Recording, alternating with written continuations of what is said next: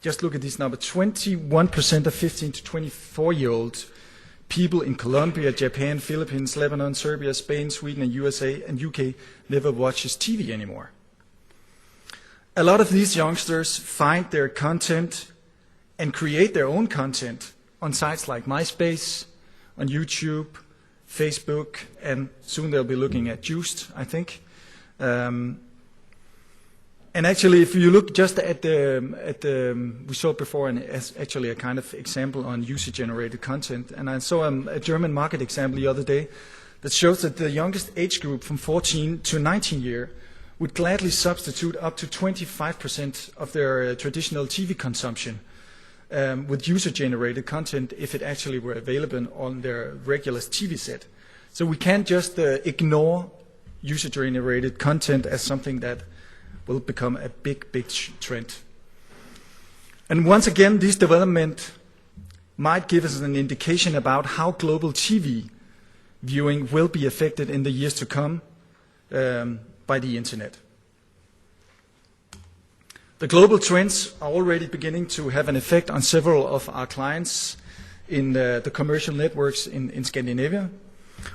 Because when the networks can't deliver the right amount of TRPs, the advertisers are seeking new platforms to promote their products, mainly the internet, and it will over time have a very negative effect on the networks, and in the end it will have a negative effect on us as content providers.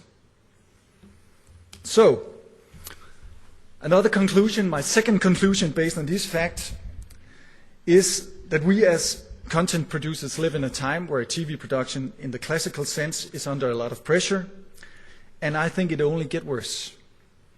But instead of focusing on the negative side of the future, I think we should be proactive.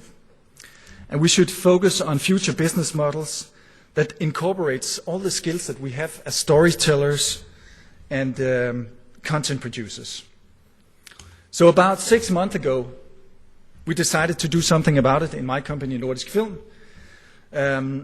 We wanted to have a digital strategy. We had a clear goal.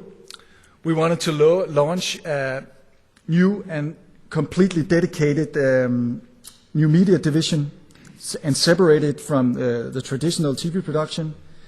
And we wanted to use all our in-house competencies when it comes to storytelling and production quality. We also wanted to increase our margins and earnings and attract a new group of international clients, all with a minimum of investment. Not an easy job, I should say, but we took the challenge. We started out by analyzing the overall new media business and looked at mobile content, direct to DVD, corporate video, and so on and so on. But quickly we realized that none of these areas were living up to the parameters that we have already set for ourselves. And for some of these business models, it's still a bit unclear to see if it's possible to earn money on them. Instead, we began to focus on the earlier mentioned fact that advertisers are looking for new platforms to promote their products.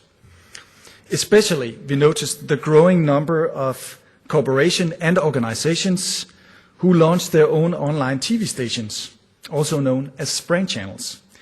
And brand channels are growing a lot, especially in the UK right now. 2 to 3 new brand challenges are launched each week in the UK. And here are a few examples. Here it's Land Rover's Go Beyond site. We have Virgin. We have the Audi channel, which was one of the first in the market. We have a collaboration of different whiskey distilleries who made single malt TV. Nothing too small, nothing too big when it comes to brand channels. We have cycling TV, and we have the martial arts channel. And that's just a few examples on different kinds of brand channels that are out there right now. For those of you who aren't too familiar with the brand channels, I'm just going to slip through this very fast. Brand channels are the company's own online TV station, but it's also a global branding tool. And it's a new way to reach customers, and even more importantly, it's a new way and a direct way to communicate with customers.